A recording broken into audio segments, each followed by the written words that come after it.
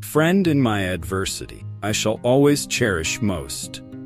I can better trust those who have helped to relieve the gloom of my dark hours than those who are so ready to enjoy with me the sunshine of my prosperity.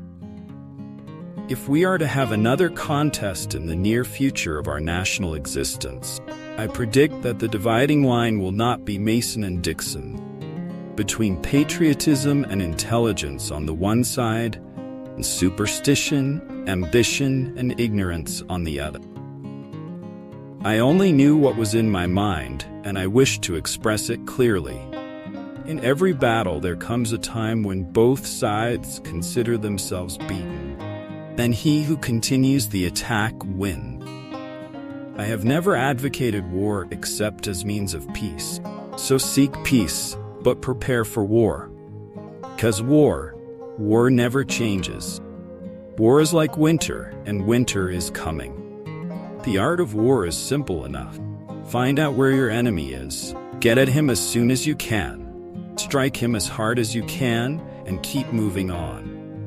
There are but few important events in the affairs of men brought about by their own choice.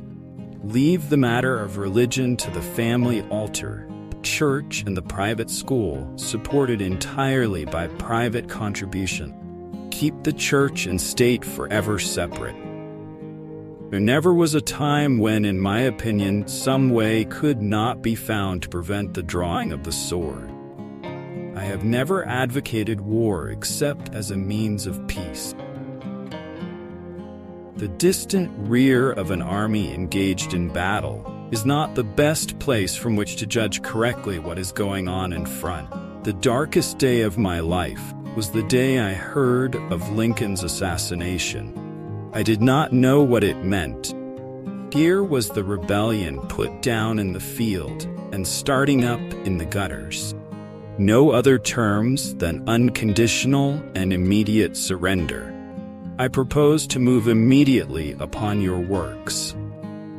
The most confident critics are generally those who know the least about the matter criticized. To maintain peace in the future, it is necessary to be prepared for war. Fact is, think I am a verb instead of a personal pronoun. A verb is anything that signifies to be, to do, to suffer. I signify all three. Whatever may have been my political opinions before, I have but one sentiment now. That is, we have a government, and laws, and a flag, and they must all be sustained. There are but two parties now, traitors and patriots, and I want hereafter to be ranked with the latter. I believe that if our country ever comes into trial again, young men will spring up equal to the occasion, and if one fails, there will be another to take his place. I believe it has never been my misfortune to be placed where I lost my presence of mind, unless indeed it has been where thrown in strange company, particularly of ladies. Darkest day of my life was the day I heard of Lincoln's assassination. I did not know what it meant. Here was the rebellion put down in the field, and staring up in the gutters.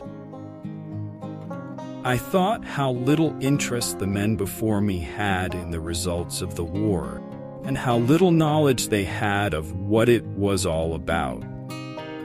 And understand how a kindly, patriotic man like Hayes would be charmed by the prospect. I was as anxious for such a policy as Mr. Hayes. There has never been a moment since Lee surrendered that I would not have gone more than halfway to meet the Southern people in a spirit of conciliation, but they have never responded to it. They have not forgotten the war.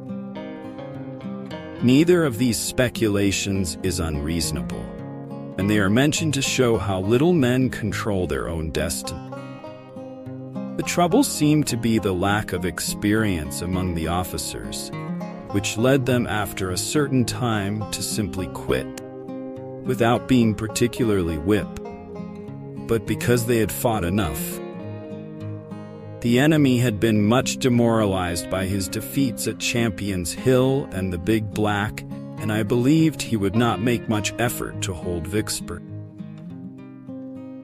When the news reached me of McPherson's victory at Raymond about sundown, my position was with Sherman. I decided at once to turn the whole column towards Jackson and capture that place without delay.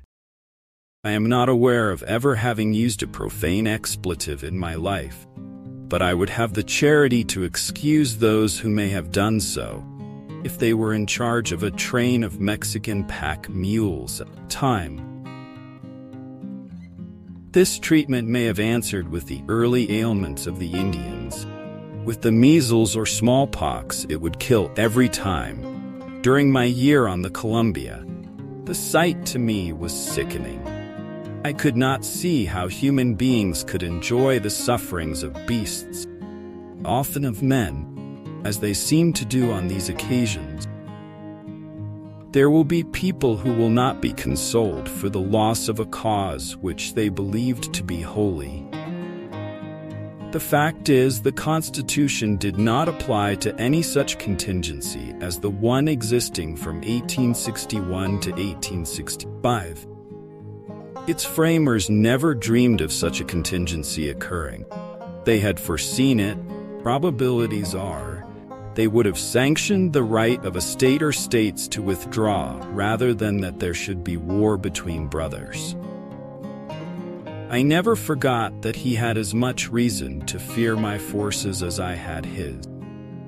Correspondents of the press were ever on hand to hear every word dropped, and were not always disposed to report correctly what did not confirm their preconceived notions, either about the conduct of the war or the individuals concerned in it. Is men who wait to be selected, and not those who seek, from whom we may always expect.